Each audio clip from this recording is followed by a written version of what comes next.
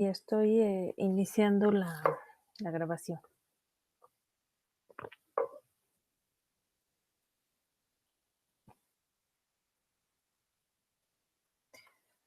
Bueno, entonces el capítulo 16 es control de los consumidores por la megafauna y por el fuego. Entonces, bueno, en este capítulo comienzan diciendo que en general se puede predecir la vegetación de todo el planeta viendo las características del clima y del suelo. Y Pero si se hace eso, quedan en este mapa del planeta unos ecosistemas que les llaman inciertos, porque se dice que no se puede predecir la vegetación con las características del clima. Entonces, como ustedes pueden ver, aquí está en negro y pues son áreas grandes del planeta. Entonces, estos ecosistemas inciertos son las sabanas, los matorrales y los pastizales, donde hay una discrepancia entre la vegetación potencial que se esperaría que fuera más leñosa y la que existe, que es más arbustiva o de pastos. Entonces, los autores nos dicen que estas discrepancias se han tratado de explicar mediante el control descendente y el ascendente, específicamente las características del suelo.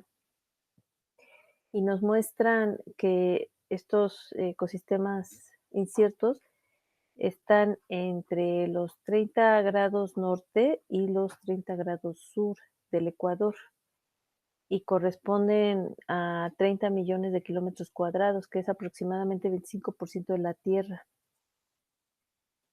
Y se hacen una serie de preguntas sobre estos ecosistemas. La primera es si fueron creados por el hombre debido a las actividades antropogénicas.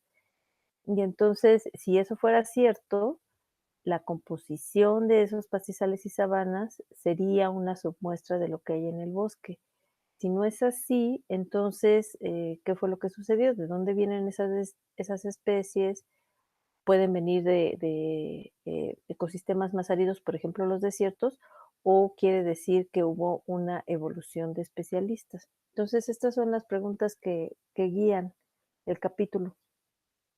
Y dicen que, por ejemplo, en Madagascar se ha visto que los pastizales no pudieron haber sido creados por el hombre porque tiene especies endémicas de plantas, hormigas, aves, termitas, reptiles y mamíferos. Entonces no puede ser como un ecosistema secundario. Así que bueno, está tachada la primera pregunta. No fueron creados por el hombre. Además hay otros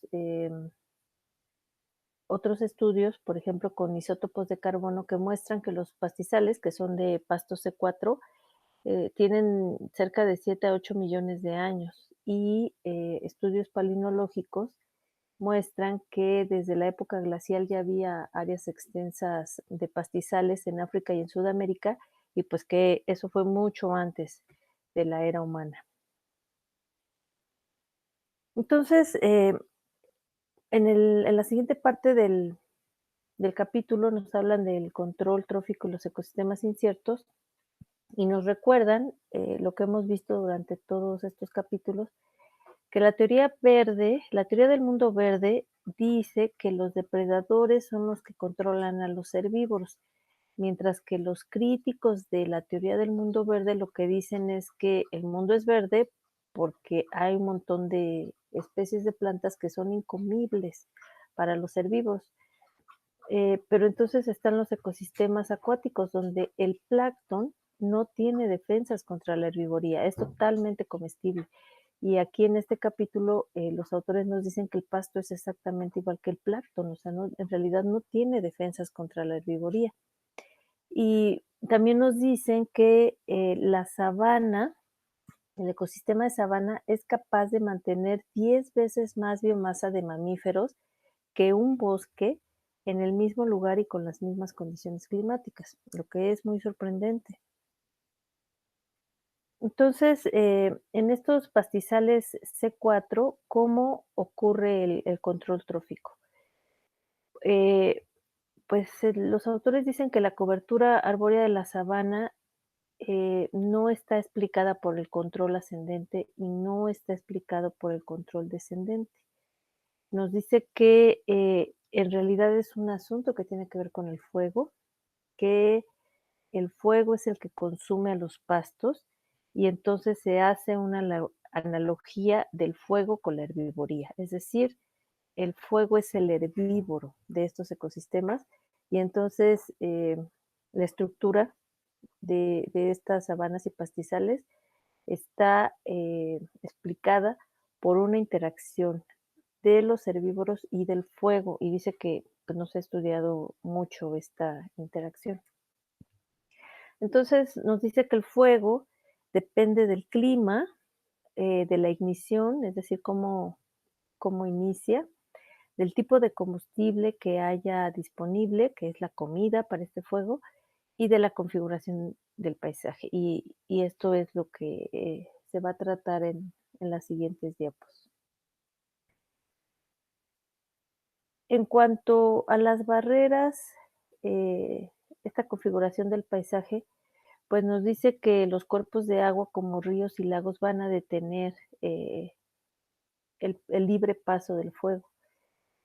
Pero también otras causas como por ejemplo las enfermedades, en este caso habla de la peste bovina, que también se discutió en el capítulo pasado, ha provocado que el régimen de fuego se vea alterado. Por ejemplo, el fuerte ramoneo pues hace que no haya combustible para el fuego, mientras que si viene la peste y elimina los herbívoros, entonces crece mucho el pasto y aumenta el fuego, que fue lo que vimos en el capítulo 15.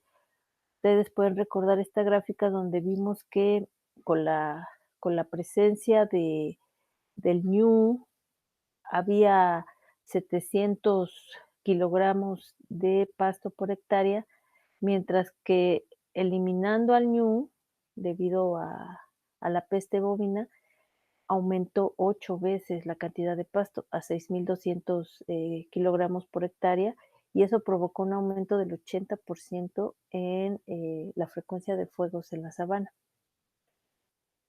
Y bueno, nos dicen que pues Australia ha tenido este aumento en la cantidad de eh, eventos de fuego. Primero dicen que debido a la pérdida de los megaherbívoros y que es hoy en día el continente más flamable. Críticas a esta hipótesis es que antes de que se extinguieran los megaherbívoros, ya estos ecosistemas estaban controlados con fuego.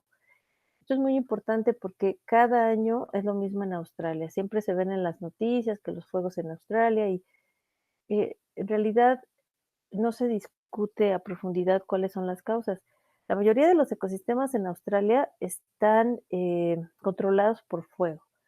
Los bosques estacionales de eucalipto tienen adaptaciones para quemarse. Las hojas de los eucaliptos tienen eh, aceites para quemarse.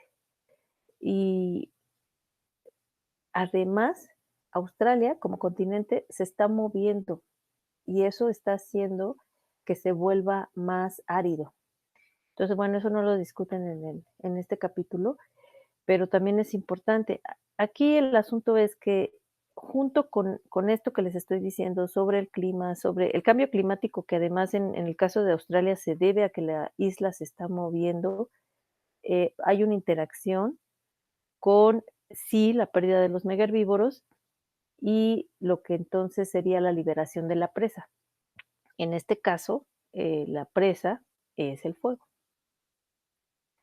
Entonces, nos hablan de 3 estados alternativos, que sería el mundo verde, donde la vegetación crece en todo su potencial, el mundo café, en donde la limitación de los árboles está dada por los herbívoros, y el mundo negro, en donde el ecosistema está controlado por el fuego.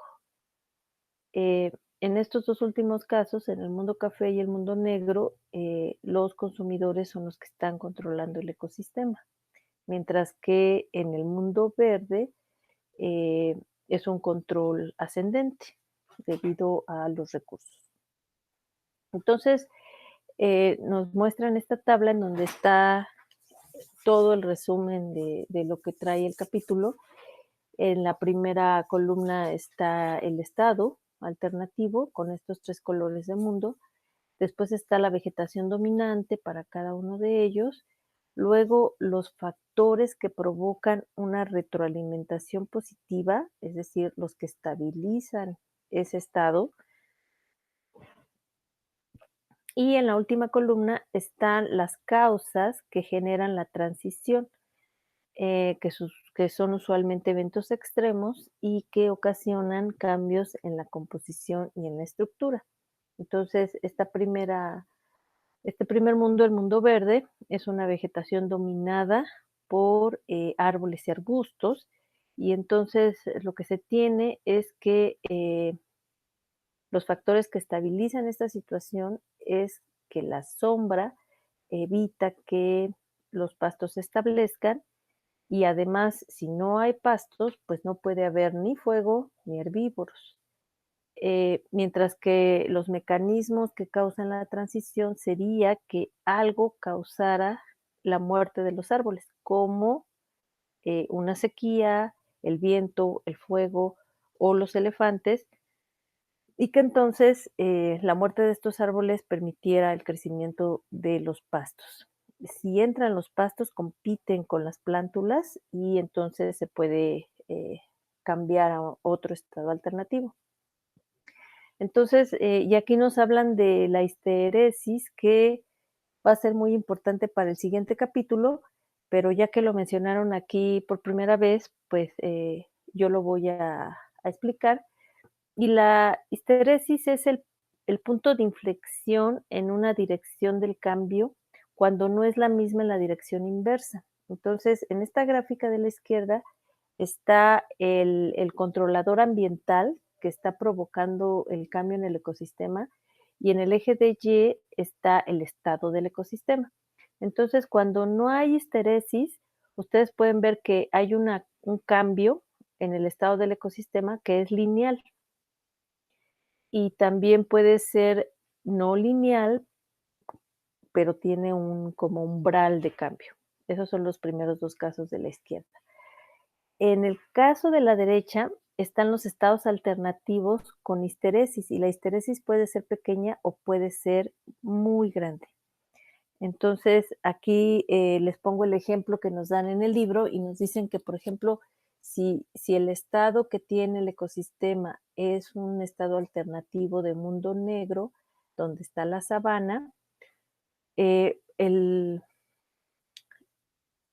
el evento ambiental severo puede ser, por ejemplo, una sequía que provoca que disminuya la cantidad de pastos, disminuya el fuego porque no tiene pastos para quemar y que también disminuye el remoneo por la misma razón. Si eso sucede, también disminuye la competencia de las plántulas con el pasto y entonces pues se puede llegar a un estado alternativo de mundo verde. Entonces, eso es la primera eh, línea que ven, la primera curva que ven del lado derecho. ¿Cómo regresa este ecosistema al estado inicial? No regresa por la misma línea.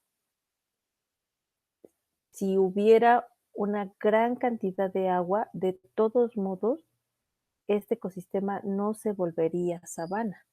Y esa es la definición de histeresis, que el camino de regreso al estado alternativo inicial no va a seguir la misma vía. Y hasta aquí dejé la primera parte.